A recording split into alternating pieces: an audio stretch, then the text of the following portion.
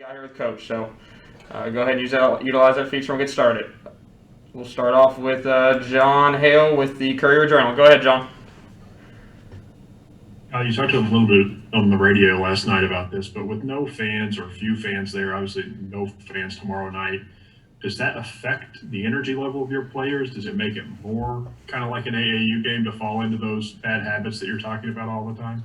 Well, it affects the game here. Come on now, 24,000 in this building.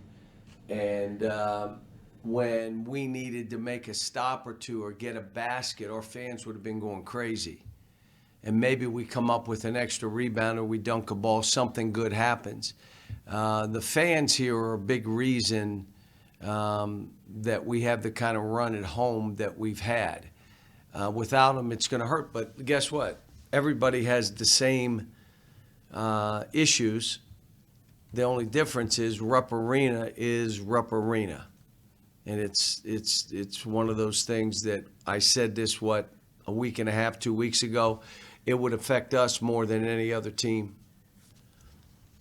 All right, we're going to go to Kyle Tucker next, and then Jerry, you'll be after him. Cal, how obviously challenging for all your young guys against a veteran team, but particularly at point guard when they've got a guy who can just bother the ball, veteran, savvy guy, and an aggressive defender. How much of a challenge was that for a not even just a freshman, but a young, reclassified freshman point guard like Devin Askew? And how do you deal with him going forward in terms of trying to? I'll be honest with you. The issue wasn't what he did defensively. He did a pretty good job. He had one that he pushed up late in the game. The kid went and shot a floater when they were up 10. But short of that, he did a pretty good job. And the issue we had was, and we showed in the tape, we had 21 turnovers, and that led to 20 points, and some of them run-throughs. And then the second thing we had an issue with, we went from a very unselfish basketball team. I've never coached a team that had no assists in the second half. Now, you could say we missed shots, but we went on the tape and showed them all the extra passes they could have made to get other guys open for shots or threes and you know, there's someone in front of you that's not your man. That means someone's open. You go and there's someone in front of you and he's not your man, you're passing. So we'll work on it today, and hopefully that's the dregs of, all right, now it's my time to do my thing. And when you got one or two guys doing it, it leads to 4 or 5 or 6 guys doing it. And spacing was bad, not their fault, my fault. We got to work on that a little bit. And then there were some other things that I'm going to move around offensively and do some different things. We didn't screen. We didn't run the guy into the screen. We didn't – a lot of little things that cost you a game. But that game from 18-20 to 16-20 is where they won it. We were up 6. We're ready to go up 8. And all of a sudden you turn around in 2 minutes and you're down 3, and you should have been down 6. They missed a wide open 3.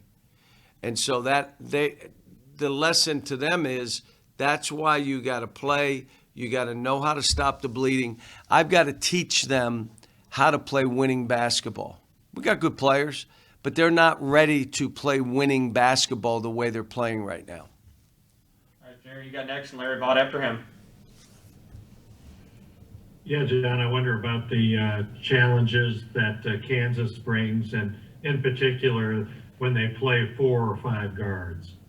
Yeah, they play 5 guards, and they play their point guard as a 5-man. I mean, they put him inside. It's amazing stuff. And I will say this, that, you know, they've got some vets. They got some tough. Their post player is physically tough and will fight. They're downhill runners. They got good 3-point shooters. The guys that are supposed to shoot threes shoot threes. And they're in there knowing I'm searching out threes. We're still learning that. I'm still trying to get them to understand we don't need everybody to do everything. You do these 3 or 4 things. Let him do these 3 or 4. We're still trying to figure it out. I watched the stuff I watched. You know, I think they're playing well. They played 2 good teams, and Gonzaga maybe the best team. And that was a touch and go game. They got down, but they come right back. They're not afraid. They're a veteran. They'll fight. It's going to be a hard game for us. We know it, just like the Richmond game was a hard game. No fans. We are leaving today because of this weather. I got spooked when you wake up and there's a foot of snow on the ground. I'm like, we better get up there, or we may be getting up there an hour before the game. So we are leaving today. All right, Larry, and then Christos, we'll go with you after that. Yeah, John, I was going to ask you about your travel plans since you just talked about that. Can you just talk about if there was a positive yesterday about the way your guys did rebound the basketball? Well, there's a positive how we defended. I mean, that's a hard team to guard with a bunch of young guys. And I told them, if you defend like that and you out-rebound a team by 20, I really never heard of a team losing that game. But I said, when you get 5 assists and 21 turnovers and you don't create a good three for us, and the ones were created we missed, well, that's when you lose the game. I never thought our issue would be offensively, but when I think back, just about every year I've done this, it's been the same. Like, we still haven't figured out how exactly we're going to play. We've got good three-point shooters. We're not going to rely on it. We're not going to take 40. But I told the staff, again, we need to take 17 to 21, 22 threes.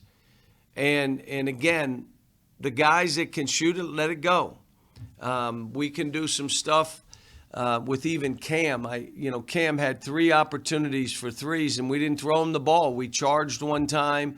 We tried to do a step through one time. We threw it to the wrong guy one time. It was almost like we tried to make everything hard. I got to make a play here.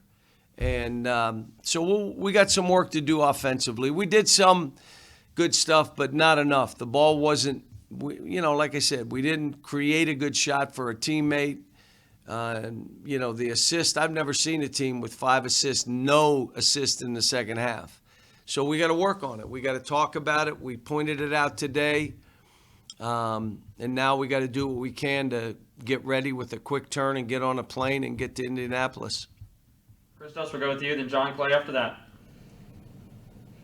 Well, Coach, I would like to ask you have a new team this season. How evaluate the progress of your team so far? And also, 2 of your former players, De'Aaron Fox and Bam Adebayo, get Supermax extension.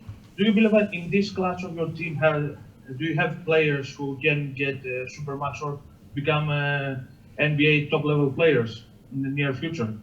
Well, I would say this, and all these people on this call, when you watch Bam the first week of the season, did you think he'd be a Supermax player in the NBA leaving after a year? Or even if you watch De'Aaron Fox the first week of the season, they'd probably say no. Probably tell you, well, he'll be back. And, the same, whether we say Jamal, who got a Supermax, I mean, all these kids, I mean, it takes time. This is different. I got 10 new guys, no returners. Now, I've started 5 freshmen before. I think it was in 2014. But that team took us till March. Woohoo! It was March before we clicked in. We got to get Keon back here. Let's hope in the next 2-3 weeks he's back, and then we can figure out what we do from there. John Clay, then Lonnie after that. John, what did you see out of Olivier yesterday? How did you think he played? Better. There was some stuff in the second half, shots that I thought he could make. Missed, a couple free throws, but what he gave us against a really good big guy that he got in foul trouble, he went right at him, showed me, okay, we know where we are there. We know what we got. Now, Kansas will play it a little different. They'll dig like crazy. They'll trap. There may be kickouts for threes. They work on closing that way, but, it showed us we can throw him the ball. And when we did, something good was happening. Our spacing wasn't great. And that's not on these kids. That's on me. I got to do a better job of really saying this is where you have to go. Go ahead, Lonnie, and then Jeff Drummond after that. Al, it's obvious that you have a very swift team. You got guys that can run, that get them down the court. My question is that on this level of basketball, are they fully aware of the quickness and the savvy that teams play with in terms of being able to protect the basketball? Well, obviously not, but this was a first time. These kids, most of them hadn't played in a college game. The first one was Moorhead, where they weren't sure, so they passed each other. Then they became sure, and they're like, I'm gonna do this. I can do this. Versus, we got to do this together. It's all part of the process here, and I got to do a better job of teaching and what we accept. I played some guys too many minutes. Part of it was they said Davion had 2 fouls, and he didn't. It took 5 minutes to tell us that he had 1 foul. He didn't have 2. So he was out of the rotation more than I wanted him to be. And then when the game winds down, there's 5, 6, 7 minutes to go. I'm going to try to win. I'm not worried about who's playing what, how many minutes. So, but we had 2 or 3 guys, really 3 guys, play too many minutes. So, hopefully we get in a better rotation. Jeff Drummond to you, and then we'll come back for a few follow-up questions. Yeah, Cal, I was wondering, we're several years kind of into the Champions Classic now. I was curious about what you like about the event, and is there anything you might change moving forward if, you had your say about it? No, it's a good event. I think both this and the CBS events are, they prepare you for neutral games. The problem is this year we don't need to work on neutral games. It seems like every game's a neutral game. And it appears as though if they do it in a bubble in Indianapolis, it's all going to be the same. So the issue we have, and this schedule, it's a little tough schedule for this group. I thought I'd have Key on. Probably shouldn't have gone this rough, but it is what it is. It's done. Let's play the games. And the great thing is we're playing basketball. So however this is, we're playing basketball. I look at this group again, and it's just like, hey, I'm with you. You got to listen. We got to make changes. You can't be blaming anybody. Hard thing for these kids is, they get on, the phone calls start happening. And that's when, kids got to stay the course, man. And we got good kids. So I think we'll be fine. We'll go John, Kyle, and Jared in this. Cal, you said, I think 2 to 3 weeks on Keon. Has there been a setback there at all? No, the docs just want him to take more time.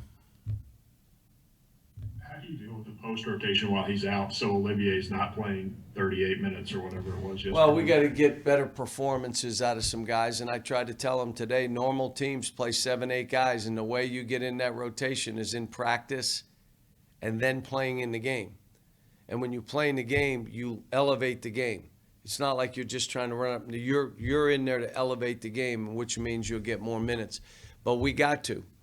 I mean, there's no way, even Isaiah, I was trying to play Cam some. I wanted to throw in Jacob some, just trying to get him on the floor. And, the game got close. I mean, we should have been up at half 10 or 12. Missing free throws, dumb turnovers, lead bad shots. All of a sudden, you're up 6.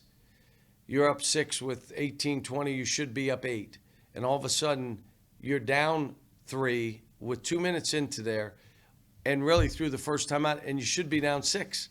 That's how we started. So, you look at all this and you just say, all right, we want to have a rotation, but you're also trying to win the game. All right, Kyle, and Jerry, we'll end it with you.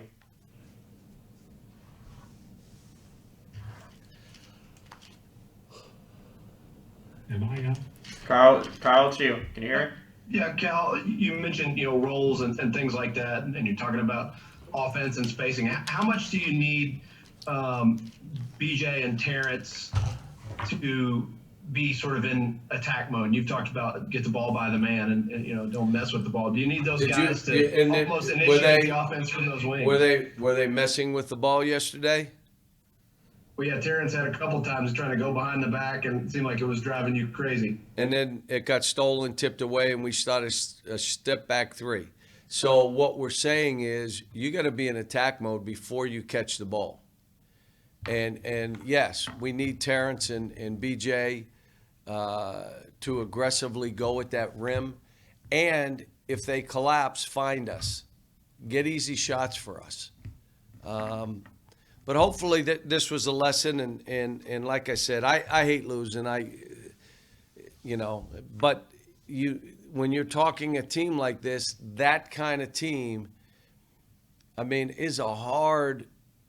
I knew it'd be hard before the game, and that's why I wasn't crazy and didn't go nuts after the game. I knew what would be. It's you're waiting for the tape the next day to show them, to say, do you understand? And it wasn't defense and it wasn't rebounding. And you would have thought it was defense that they were. No, it wasn't. Second half, they shot a higher percentage, but it was breakout layups because of turnovers. They made a couple threes when they were up 10. And they're a good team. They're well coached. You have to play better offensively. You know what that means? You have to set better screens. You have to create better shots for each other. You can't just go try to get your own, especially, you ready, early in the shot clock. You can't do it in the first 5 seconds. If you got a layup or something easy, fine. But if they collapse and it's early in the clock, give it to somebody. Jerry got the last one, Cal, and then we'll get Terrence in here. Go ahead, Jerry. Can you hear me? Is it okay? I can barely hear you, Aaron. Cal, I wonder about Marcus Garrett, the Kansas guard. How much of a challenge is he compared to, say, Jacob Gilliard last night? Different, more physical. One is a tiny, quick water bug, Tyler Eulis-ish. And, Garrett's got some size and girth to him. He'll physically come right at you. Terrific defender, one of the best defenders in the country. And so whoever he guards, you may be a creator because he's going to lock down. He's a good defender. All right, guys, I'm with Coach Cal. Give me just a moment here. We'll get Terrence.